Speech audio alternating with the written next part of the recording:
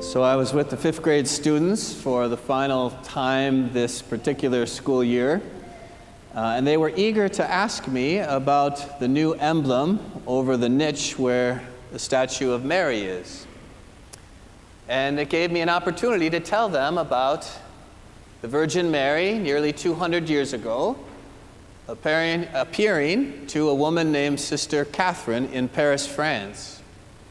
She's now Saint Catherine Labouré, and Mother Mary asked her, "What you see, I want made into a medal that people can wear, that they will know that I'm always with them to intercede for them." So I was telling them that this is the back of that medal, a medal that's been known as the Miraculous Medal. And it was a great chance to talk about the symbolism of why there's an M in the cross, because Mary's the only disciple that journeyed from when Jesus was like this inside of her, all the way to Calvary. And then those union of the two hearts, one with a crown of thorns around it, one pierced with a sword of sorrow, that she was told that was going to happen for her. Love was going to cause her suffering and grief. And then I said, what are the 12 stars? What do they represent? And one of the children said, the 12 disciples. I knew what they meant, but it was a really important teaching moment. And I said, not quite. What do we call those original 12? We call them apostles, ones who were literally commissioned and sent by Jesus. And the reason this was important to me is I said, children, you're actually disciples, or at least you're called to be. Every one of us is called to be a disciple. It's so important. Now, for me, today's gospel is so important on this ascension because we get to reflect again on the mission statement of Jesus for his church, his living body for all time and all places. And we do well to say, well, what is the mission? Suppose it gets really easy. Maybe the mission can be sometimes when a pastor in your life's full is just keep everyone happy, which is impossible. Or you could say, well, let's just keep the school and the programs up and running. It'd be to miss something. So I want to reflect on 3 phases of this gospel and how important this is. First, I want to begin with a question. When Jesus rose from the dead in Jerusalem, and he met those first women we're told about in Matthew's gospel, and he said, you go tell my apostles I want to see him. I want to see him. I need to see him. But I'm going to meet him in Galilee. Do you know how far that was? It's about over 100 miles. They would have had to, walk. You can imagine those apostles like, hey, if he's alive, come on. What's he doing? He's killing us. We got to journey back to Galilee. Well, why was Galilee important? It's because that's where Jesus encountered them. That's where he met them. They were fishermen. They were all different things, And he entered their life, and they discovered him as someone exceptional. Like someone not on the spectrum of he's this kind of human or that. There's something about him that responds to everything in us, all of our questions, all of our desires, and they made a choice to follow him. And what an adventure those 3 years were. It did bring them to Jerusalem where he was crucified, and now he rises. The first phase of this mission statement, which is essentially how our relationship with Christ, how faith is passed on, is encounter. Encounter. Our faith, your faith, is not actually the result of a lofty ethical decision. It's the fruit of an encounter. One we've encountered as exceptional, alive, so much so that it gives our whole life a decisive horizon and direction. Without that, faith isn't faith. I think we all know this from maybe experience, maybe what we can observe. But actually, the sociological data bears this out. Do you know how many Catholics there are who were raised Catholics? Like they've received the sacraments, but they don't know Jesus? They'll tell you they don't know Jesus. Maybe they've never even conceived of Jesus as a person that they can have a daily friendship with. So I wonder, do we got the mission off? Do we got the mission statement? The most decisive thing is an encounter. Think about this. When he does summon them in that mountain, and he's going to share with them his authority, like all authority in heaven and on earth have been given to me, and he's going to share it with them. What's the authority of anyone who's sent by Jesus? It's that they know him. They know him not just in their intellect. They know him because they've fashioned the habits and disciplines of their life to him. They spend time with him. They've listened to him. They've been challenged and surprised by him. So if encounter is the first step, what's the second? Well, you could say it's grow. But I'm going to put it this way. Notice that the Lord, when he gives this mission statement, doesn't say, hey, the primary thing is baptize and teach, and hopefully, cross your fingers, you can make disciples. No. And I'm afraid, my friends, we as Catholics have fallen into this over the decades. No one needs to be blamed. Everyone's full of goodwill.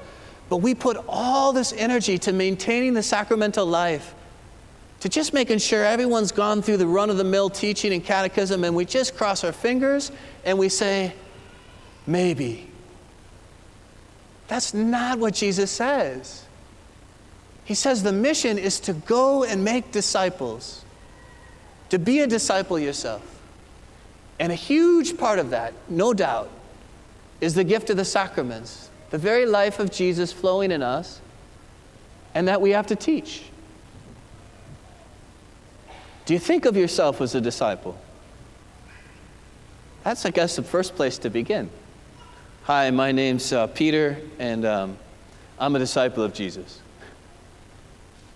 Can you imagine that? Like, so much is a part of our identity that's how we introduce ourselves.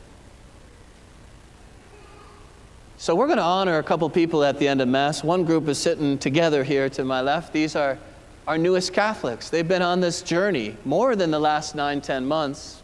They've been discerning, opening, but a pretty intensive part of learning this last 10 months. And now they became Catholic. Is that the goal? Go in peace. Spend your life the way you want. No. The goal is to be a disciple. They're just beginning, like all of us. The other group is a group that spent the last 2 years in this catechetical institute, Catholics for a long time, of different seasons of life, that said, he's so important, I want to keep learning.